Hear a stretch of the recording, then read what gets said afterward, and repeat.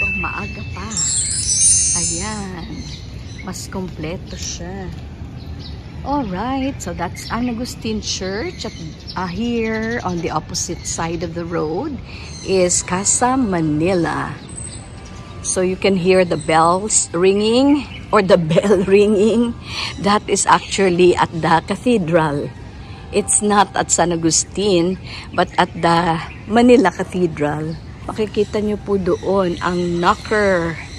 So, bago po mag-alas 6, dahil po may hinatid lang ako dito, kaya naka-chance tayo na maaga tayo pumunta. So, ito po yung Casa Manila Museum. So, museum po siya. Caution daw po at the slip and trip hazard. Ayan pala yung knocker. Look at the knocker. Oops, nabasa. Ayan. So, according to the video, ito daw po, inak mo yan so that the servants would know na may tao po dito. And silip lang tayo. Hello po, good morning. Anong oras po, sir, nagbubukas? Alas 8? 7. Ha? Alas 8 po ba? Oo, ang museum lang po ang sarado. Okay, ay, salamat. Maraming salamat po. Oo, yung fountain po ay hindi pa. Ito yung museum entrance. Ayan. Hindi pa siya umaandar. Ang ganda po ng patio or the square. How do you call this? Hindi po natin siya alam kung ano siya. Babalik tayo mamaya. Pag ito po ay bukas na. So, iikutan lang po natin siya. So, actually, dun po sa museum, hindi naman po pwedeng mag-ano. Wow! It's a square. Ayan, oh. The fountain is not yet working. So, but anyway, napakaganda po, no? Ayan. So, anyway, there's an official video, okay, made by those in charge of the Casa Manila. Napakaganda po nun. Uy, ang ganda din dito, oh. So, you see, po, kasi, kailangan po, hanggang dito lang yung mga karitela. Tapos, binababa yung mga bisita, aakyat na po doon sa itaas ng bahay ng Casa Manila. Eco tours, bike, express tour. Magkano po babayad, kuya? Sa museum, how much? Magkano po ang bayad? Alas 8 babalik po ako sana. Ano po? 75. 75, okay. Pag senior. Pag senior. 50 din po. Ala, thank you. Diretso po ako dito, ha? Sige. At aakyat ako dun sa may ganda. May Casablanca, White Knight. Ito yung pa-museum. Opo, marami eh.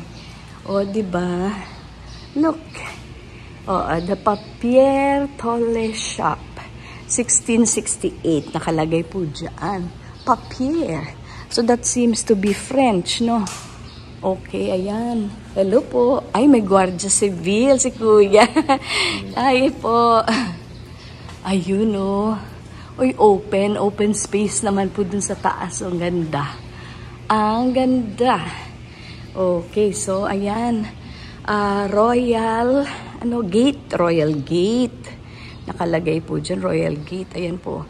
May direction going there, Casablanca at White Knight Hotel Intramuros. Papunta na dito restaurant, may coffee shop. Ay, hotel po talaga siya. Kaya wag tayo mag-ingay. Wag po tayo mag-ingay. Po, kasi nakatutulog yata yung mga guests, no? Kasi, po, ang ganda, no? Wow! Po, yan. Ang Casa Manila.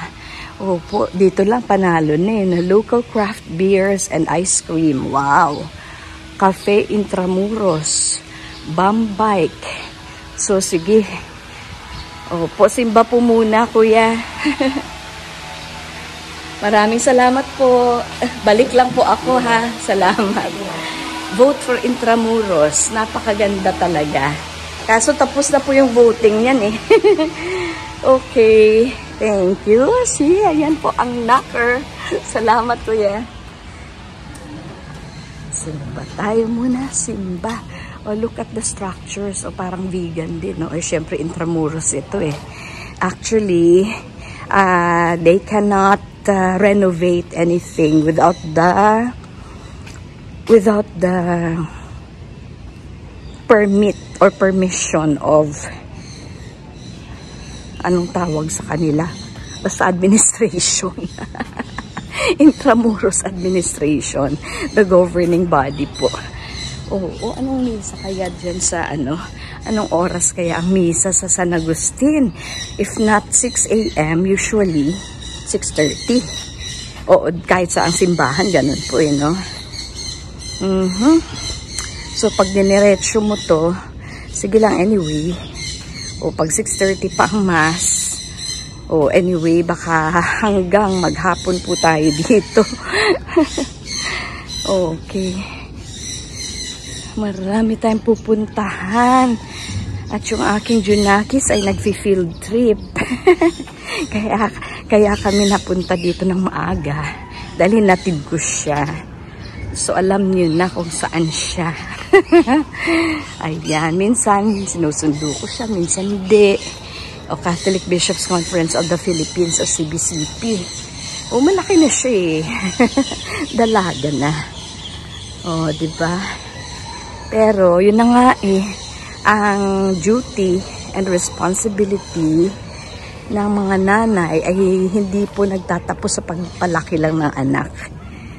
Hanggang sa talagang makapagtapos o kahit tapos na nga eh, nag-asawa at lahat na, diba? Merong kinoconstruct doon, Ibig sabihin, aprobado yan. Aprobado po yan ng ano ang tawag sa kanila? Intramuros Administration. Ayan po. Parang isang simbahan din naman po yata. Baka iyan na ang reconstruction ng San Ignacio Church, yung Jesuit Church.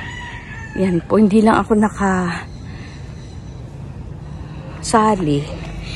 Hindi po ako nakasali doon sa Walk of Faith, something like that. Opo. Kasi buti kung meron kang contacts dito sa Intramuros Administration. Ayan po, parang pieta siya, pero actually those are the martyrs of Manila.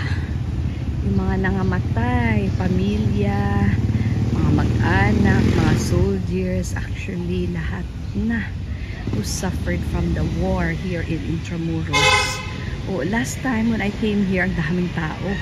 Ay hindi po tayo nakapag-picture ng husto. Pabilisan, mabilisan po. So, ang nakalagay po dito is memorare, which is remembrance. Manila, 1945. Yun po ang gera. 1941 to 1945, when the American soldiers fought side by side with the Filipino soldiers. Okay. So, anyway, ayan po ang memorial by Peter de Guzman. Yun po ang sculptor. Si Peter de Guzman po pala yung sculptor. Yes, sculptor. Sculpture. Wait lang. Okay, yan po. February 18, 1995 po siya. May they rest in peace as part now of the sacred ground of this city, the Manila of our affections. Ayan. Let this monument be the gravestone for each and every one of the over 100,000 men, women, children, and infants killed in Manila during its Battle of Liberation, Feb 3 to March 3, 1945. Ay, grabe. Feb 3 pala to March 3. We have not forgotten them, nor shall we ever forget. Eternal rest grant unto them, O Lord, and let perpetual light shine upon them. May they rest in peace. Amen. So ngayon po na malapit na po ang undas, okay? So we remember all of them. That's why we are praying for their eternal repose. But they will always be remembered, of course.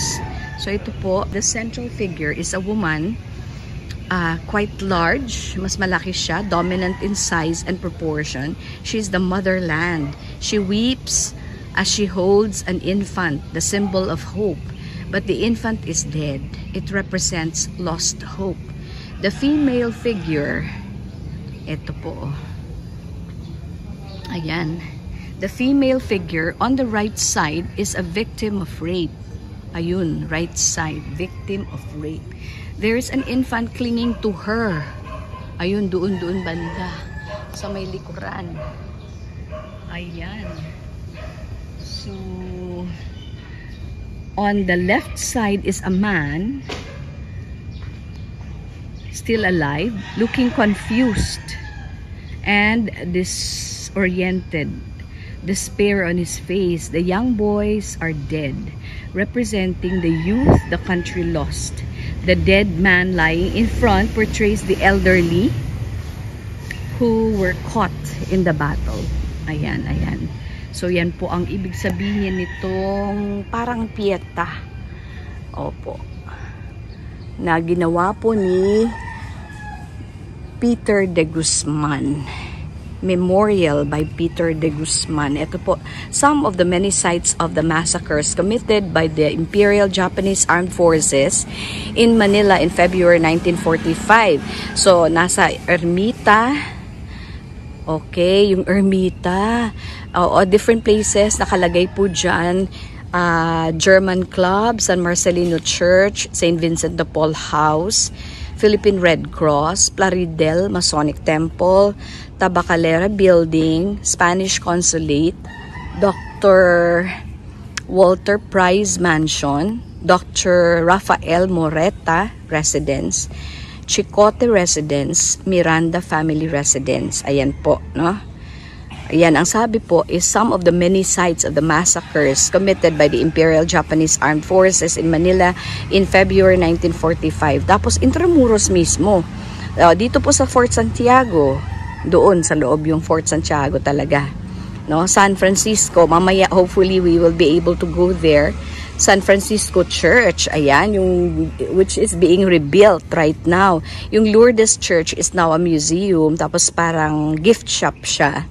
Nadaanan na po natin yan. Santo Domingo Church, Recoletos Church, yung nandoon po na Manila Times na po, o Bulletin, Manila Bulletin Building na po ngayon. San Agustin Church, yun, napuntahan na rin po natin. San Juan de Dios Hospital. Okay, so parang nadaanan na rin yan. Oo, run by the Daughters of Charity. Tapos, Santa Rosa College and Plaza Roma Air Raid Shelter. Sa Plaza Roma pala yung Air Raid Shelter nila. Tapos ang Malate, De La Salle College, St. Paul's College, nadaanan na rin po natin yan, yung Scottish Rite Temple, Dr. Nicanor Reyes, Concepcion Campus, Mendoza, Guanzon Compound, Siquia Apartments, Heran, Corner, Kansas. Ayan, sa Paco Commercial Center, Santa Ana, La Concordia College, sa Mandaluyong, National Psychopathic Hospital, Tondo, D. Pac Lumberyard, Juan Luna Corner, Moriones Street. And sa Pasay naman, Pax Residential Court, Perez Rubio Family Residence, and Dana Perfume Factory. Ayan daw po yung some of the many sites. Okay, so nag-bell na yung ating katedral. So puntahan na po natin. Hello! Andyan pa rin yung kitty cat na nilalagyan lagi ng bulaklak. Hello, hello! Ayan ang mga bulaklak mo. Sandali. Lagyan natin ulit. Ayan, oh. Wow! Cute-cute mo. Okay. Okay, here we go. So, ayan. General Luna. Doon po sa likuran yung pinapagawa na San Ignacio Church. Ayan po ang katedral naman.